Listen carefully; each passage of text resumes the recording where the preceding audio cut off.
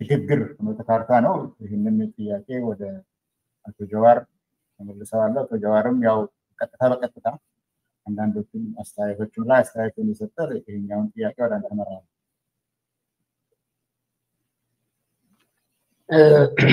አመሰግናለሁ።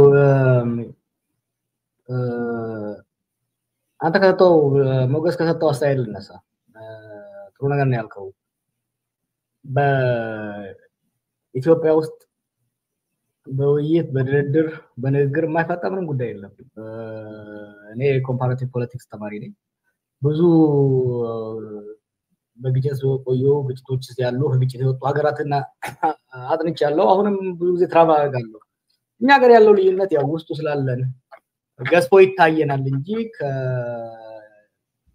ከሀገራችን ዜጎች ከሀገራችን ምሁራን የዘለለ ልንፈታው የምንችለው የዛን ያህል ኤክስትሪም የሆነ ኮንትራዲክሽን ያለ አይመስለኝም።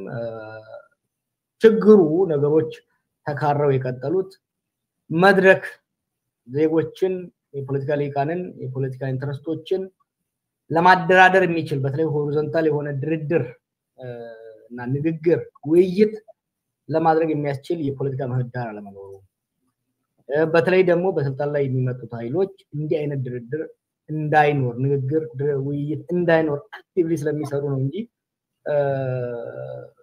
አልተሞከረም። በዚህ ባደረግነው ውይይት ዛሬ ኢትዮጵያ ውስጥ ኮንቴንሽስ ወይም በቃ በጣም አከራካሪ የምንላቸው የሚባሉ ጉዳይ በሙሉ ተነስተዋል ተወያይተንባቸዋል። የዛን ያህል እንኳን የጋለ ነገር አላየንም እና ይቻላል ማለት ነው። ያቲ የውይይቱ ዓላማ ላይ ተነስቶ ለምን ነገሮችን ለነገ ነው እያሳደራችሁ ነው? እንደዛ አይደለም። we are talking about transition management ሁለት ፌዝ ነው የተወያየው። አንዱ አሁን የተካሄደ ያለው ትግል እንዴት ማቀናጀት ያስፈልጋል። ትልቁ ጊዜና ትልቁ አቴንሽን ግን ከዛ በኋላስ ለውጥ ሲመጣ ያ ለውጥ እንዳይጨናገፍ እንዳይጠለፍ ሀገሪቷን ወደ ባሰ አደጋ እንዳያስገባ። ምክንያቱም ከእንግዲህ በኋላ ሌላ አምባገነን ለመሆን የሚሞክርን ኃይል ተሸከም የምትችል ኢትዮጵያ የለችም። እንደ ህዝብም እንደ ሀገርም የባሰ አደጋ ውስጥ ልንገባ እንችላለን ጥንቃቄ ካልተካሄደ። ስለዚህ ሀገርን ለማዳንም ብሎም ባለፉት አመታት የተፈጸሙ ቁሾችና ቁስሎችን ለመጠገን ለማዳን የሽግግር ፍኖተ ካርታ ያስፈልጋል። ለዛ ፍኖተ ካርታ ደግሞ አሁኑኑ መዘጋጀት ያስፈልጋል። ያሉ የፖለቲካ ችግሮችና ልዩነቶች አንዳንዶቹ በትግል ጊዜ ጠበው ሊፈቱ የሚችሉ ናቸው። አንዳንዶቹ በሽግግር ወቅት ሌሎቹ ከሽግግሩ በኋላ ደግሞ ሊፈቱ የሚችሉ አሉ። ምንድናቸው እነዛ ጉዳዮች ብለው ለተለያየ ለምሳሌ ቴዲ ያነሳው የአካውንታቢሊቲ ጉዳይ መነሻችን ራሱ እሱ ነው።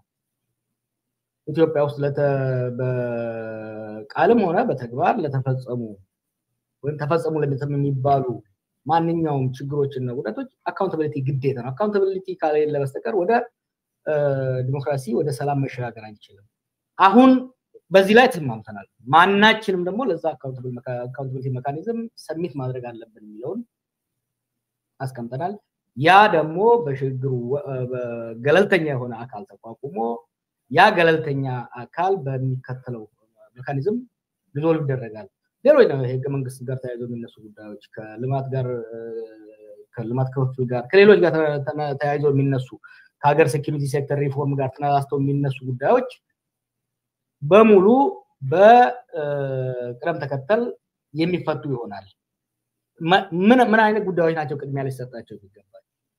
ዛሬ ለምሳሌ አካውንታቢሊቲ ብትል ወይ ደግሞ የህገ መንግስት ጉዳይ ብትል ያንን ለመወያየት ብቻ ሳይሆን ለማስፈጸም የሚያስችል ሁኔታ የለም። አስቻይ ሁኔታ መፍጠር ያስፈልጋል። ነገር ግን ቀድሞ መተማመን ያስፈልጋል። እኛ አሁን እየሰራን ያለነው በሽግግሩ ወቅት መሰራት ያለባቸው ጉዳዮች ላይ ቅድመ መተማመን ስራ ነው የጀመርነው ማለት ነው። በነገራችን ላይ ጅማሮ ነው። አንተም እንዳልከው የስምም የትርጓሜ ጉዳዮችንም ብዙም ያልገባንበት ይሄ ጅማሮ ነው። ልናሰፋው እንፈልጋለን። ከተለያየ ዕውቀት ከተለያየ ልምድ ከተለያየ ማህበረሰብ የሚመጡ የሀገራችን ዜጎች ኮንትሪቢዩት እንዲያደርጉ እንፈልጋለን። አክቲቭሊ እንጋብዛለን። በተለያዩ አካባቢዎች ይሄ ውይይት እንዲቀጥል እናደርጋለን። ያ ብቻ አይደለም። ይሄ ነገር የኤክስፐርቶች ድጋፍ ያስፈልገዋል። የኤክስፐርቶች ድጋፍ የሀገራችን ምሁራን ብቻ ሳይሆን የውጭ ሀገር ምሁራን እንዲሁም ደግሞ የውጭ ሀገር ተቋማት በትራንዚሽን ማኔጅመንት ላይ በትራንዚሽናል ጀስቲስ ላይ በኮንፍሊክት ሪዞሉሽን ላይ ፖስት ኮንፍሊክት ሪኮንስትራክሽን ላይ ልምድ ያላቸው የተለያዩ ሀገር ምሁራንን እያወያየን ነው፣ እየቀረብን ነው። እንዲያሰለጥሩን እንዲያስተምሩን እንፈልጋለን። ቢኮዝ እኛ ብቻ አይደለንም እንዲህ አይነት ችግር ውስጥ የሄድን፣ ከኛ ቀድሞ የሄዱ ሀገሮች አሉ። ያንን ያጠኑ እነዛን ማኔጅ ያደረጉ የቀድሞ አመራሮች፣ ምሁራኖች፣ ኤክስፐርቶች፣ ተቋማት አሉ። እነዛን ተቋማት ኮንሰልት እያደረግን ነው ወደፊት በስፋት እንዲረዱን እንዲያግዙን በእውነት ላይ በእውቀት ላይ በመተማመን ላይ የተመሰረተ ሽግግር ለሚያስፈልግ ለዛ ቅድመ ዝግጅት እያደረግን ያለ ነው። የሎክ ጥያቄዎች መነሳታቸው ጥሩ ነው። አካውንታቢሊቲ ጋር ተነስቶ የሚነሳው ጉዳይ ስለ ልዩነት የሚነሳው ጥያቄዎች በጣም ጥሩ ናቸው። ጋዜጠኞቹም ማንሳት አለባችሁ። ምክንያቱም አንገብጋቢና ወሳኝ ጉዳዮች ናቸው። እነዚህ ነገሮች የሚነሱት በክፋት አይመስለኝም። ያነሳሳቸው ዘይቤ ሊለያይ ይችላል እንጂ ሆኖም ግን እነዚህ ጉዳዮች እኛም እየተወያየንባቸው ናቸው። የሽግግር ፔሪዮዱ ውስጥ ገና ገብተን ብዙ ደግሞ ጠለቅ ብለን መወያየት ማብሰል ያለብን ጉዳዮች አሉ። ይሄ የቅድመ ውይይት ነው። የሚቀጥሉ ጊዜዎች በስፋት የምንወያይ ነው። አጠር አድርጌ የውጭ ኃይሎች የሚለው ጋር ሌላው እንኳን ይባል ግን አብይን ማለት ትንሽም ነው። ሀገርን ለአራጣ አበዳሪዎች ሸጦ ሀገርን እንደ ግሉ ንብረት እኮ ነው። doesn't come from አዳዲስ ሰዎች እኮ አይደለም። እኛ አዳዲስ ሰዎች አይደለንም። ምን እንደምናደርግ ምን አቋማችን ምን እንደሆነ ምን መስራት እንደምንችል በሀገር በብሔራዊ ጥቅም ላይ አቋማችን ዛሬ ሳይሆን አብይ ኢህአዴግ መንግስት ውስጥ እያለ እኛ ተቃዋሚ ሆነን በአባይ ጉዳይ ላይ የነበረን አቋም እኮ ግልጽ ነው። እሱ ግን ስልጣን ይዞ እኮ በስንት ርብራቤ ነው እንጂ የቆመው። ሶሺ ላይ የፈረመው ግድቡን የሚያስተባጉል ስምምነት ነበር። በስንት ርብራቤ ነው ስለሺና ሌሎች የቀድሞ አምባሳደሮችና ምሁራን ተራራብረው ነው ያቆሙት ማለት ነገር። ዛሬ አብይ የኢትዮጵያ ጠቅላይ ሚኒስትር ነው ወይስ የዩናይትድ አረብ ኤሚሬትስ ተወካይ? So let's not go there. አንድ እሱ። ሁለተኛ ኢን ፕሪንሲፕል በውጭ ኃይል ላይ የሚንጠለጠል ትግል ተንጠልጣይ መንግስት ሊመሰረት ይችላል ይሆናል እንጂ በሀገር ውስጥ ሰላም፣ ዲሞክራሲና ፍትህ ሊያሰፍን አይችልም። This is our conviction. This is what we have been saying. የለማንም ላይ ሳይንጠለጠል ማንንም ላይ ሳይደገፍ ትግል ከዳር ማድረስ እንደሚቻል አድርሰን ስለምናቅ ልምዱን ብቃቱም አለን። ዛሬ ደግሞ ሸብተናል። ዛሬ ሰፋ ብለናል። ዛሬ ብዙ ነን። ልምድ አለን ከሀገራችንም ከሌሎች ሀገር። ስለዚህ በዛ የሚሄደው አካሄድ ብዙም የሚያካሄድ አይደለም። ጠቅለል ለማድረግ ይህን ውይይት እናሰፋዋለን። ህዝባችን ውስጥ እናስገባዋለን። ከጀርባችንም በቀጥታ የማይሳተፉ በፎቶም የማይታዩ ብዙ ሰዎች ነው የሚሳተፉት። ወደፊትም እያሰፋ ነው የምንሄደው ይሆናል። ሐሳብ አለኝ የተሳካ ሽግግር ለማካሄድ በተለይ ሽግግሩ ላይ የተሳካ ሽግግር ለማካሄድ የሚያስችል ሐሳብ አለኝ፣ ልምድ አለኝ፣ ላካፍል ፈልጋለሁ የሚል የሀገራችን ምሁራን እንዲቀርቡን እንዲሳተፉ ግብዣ እናደርጋለን።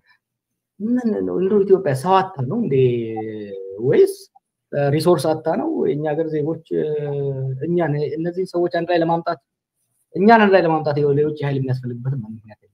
ከበቂ በላይ ለሌላ ዓለም የሚተርፍ የተረፈረፈ ይሆናል።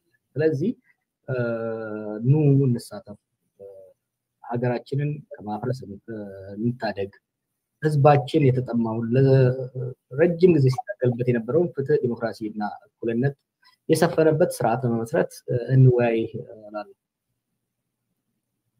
ሁላችንም እጅግ አመሰግናለሁ። እዚህ ላይ ባለኝ መረጃ መሰረት ስምንት ጋዜጠኞችን ጠያቂዎች ናቸው ያሉት። አራቱም አሳልፈናል። እዚህ ላይ እንደገና ላመሰግናቸው ያላችሁትን ሁላችሁም የኤምኤስ መልካም፣ ሞገስ፣ ዮት፣ ቴዲ፣ በቃሉ ሁላችሁንም እጅግ አመሰግናለሁ ስለ ጥያቄያችሁ። እንዳልኩት ጥያቄዎቻችሁ ግልጽ እንዲሆን ስለፈለጋችሁ እንደሆነ እርግጠኛ ነኝ። ከሞላ ጎደል በቂ የተመለሰ ይመስለኛል በሁሉም የተሳተፉት። ይህን ካልኩ በኋላ አሁን የሚቀጥለው መልካም ያንቺ ተራ ነው። መድረኩ ያንቺ ነው። በጣም አመሰግናለሁ። ይቅርታ አመሰግናለሁ የጥያቄ ቁጥር ስለገደባችሁ። በተቻለኝ አቅም ጥያቄዎችን ለማሳጠር እሞክራለሁ። ከመግለጫው ነው ጥያቄዎቹን ያወጣኋቸው። በመግለጫችሁ ላይ በታሪክ ላይ አረዳድ ልዩነት አለን ብላችኋል። ብዙ ልዩነት አለን፣ ግን ያንን ልዩነት ለጊዜው ትተን ወደ መስራት ያለብንን እንሰራለን ብላችኋል። ከዛ ውስጥ አንዱ የታሪክ አረዳድ በሚል የተነሳ ነው። ኢትዮጵያ ውስጥ ታሪክ ብቻ አይደለም፣ የፖለቲካ መሳሪያ ሆኖ የሚያገለግል ነገር ነው። ከዚህ አንጻር መስመራቸውን ግልጽ ሳታደርጉ የምትሄዱት መንገድ ህዝቡ ወዴት እንደምትሄዱ አውቆ ነው የሚከተላችሁ። ለምን ግልጽ ማድረግ አልፈለጋችሁም የሚለው መጠየቅ እፈልጋለሁ። ከዚህ ጋር ተያይዞ አሁን ያለው መንግስት የኦሮሞ መንግስት ሊባል አይገባም በሚል በቁጥር 1 ላይ ያስቀምጣችሁታል። እውነት ነው። የአንድ ህዝብ ተጠቅልሎ እንደዚህ አይነት መንግስት ሊሰጠው አይገባም። ነገር ግን ከነዚህ ውስጥ ከማያችሁ ሆን አብዛኞቻችሁ እስከዛሬ በነበራችሁ የፖለቲካ መስመር ውስጥ ከዛሬ 150 ዓመት በፊት የነበረን ታሪክ ወስዳችሁ ያንን መንግስት ደግሞ ለአንድ ህዝብ ሰጣችሁ። በርካታ ነገሮችን ስታቀነቅኑ፣ በርካታ ሪው ስታቀነቅኑ የነበራችሁ ናችሁ። በዚህ ምክንያት ደግሞ ይህ የተፈረጀ ህዝብ ከዛሬ 150 ዓመት በፊት በነበረ የተፈረጀ ህዝብ እስከ ዘር ማጥፋት ድረስ የሚደርስ ወንጀል ተፈጽሞበታልና ይህንንስ አሁን ያለውን መንግስት የኦሮሞ መንግስት አይደለም ካላችሁ መለስ ብላችሁስ የያዛችሁትን አስተሳሰብ ትከልሱታላችሁ ወይ? የእናንተን ብቻ ሳይሆን የእናንተን አስተሳሰብ ያወረሳችሁት በጽሁፍም በተለያየ መንገድ ያስተጋባችሁት የሰጣችሁት ህዝብ አለ። በጣም በቁጥርም ጥቂት የማይባል ህዝብ አለና እሱን መልሳችሁ የማስተካከል የመመለስ ስራ ትሰራላችሁ ወይ? በአጠቃላይ ግን እንደ ጥያቄ ብዙ ጥያቄዎች ይነሳሉ። ነገር ግን በዚህ ጉዳይ ላይ የጋራ መግባባት የለንም። ለጊዜው ሀገርን ማዳን የሚቀድመው በሚል ብዙዎቹን መልስ አሰጡባቸውም እና ከዚህ በፊት ህወሓት ይደቅ እንጂ ማንም ይሆን ይምራን የሚፈልገው ለውጥ ነው በሚል ህዝቡ ግልጽ ባለሆነ መንገድ የደገፈው የአብይ አህመድ አገዛዝ የባሰ ነገር ውስጥ እንደከተተን አይተናልና እናንተስ ግልጽ ያላረጋችሁትን መንገድ፣ ግልጽ ያላረጋችሁትን ዓላማ፣ ግልጽ ያላረጋችሁትን መዳረሻ እንዲሁ በጠቅላላው ህዝብ እና ሀገር ህልውና ወድቋል። ስለዚህ ማስቀደም ያለብን የህዝብን ህልውና ያገርን ህልውና ነው ስላላችሁ ብቻ ምን አይተን ነው የምናምናችሁ? ህዝቡስ ምን አይቶ ምን ሰምቶ ኦኬ አሁን ያለንበት ነገር አለ ቀጣይ ደግሞ እንዲህ ሊመጣ ነው ወይ እንዲህ ሊያመጡልን ነው ብላችሁ ካልተናገራችሁ ምን አይቶ ነው እንዲያምናችሁ የጠበቃችሁ? አመሰግናለሁ።